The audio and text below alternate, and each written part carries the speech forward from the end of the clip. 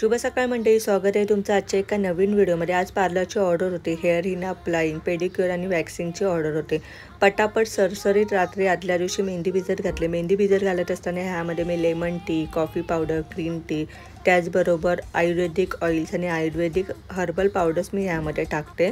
त्याचबरोबर ह्यामध्ये आवळा, रिठा, शिकाकाई हे सुद्धा असतं। सरसरीत मेहंदी भिजवली आणि रात्रभर लोखंडी भांड्यामध्ये तशीच ठेवले।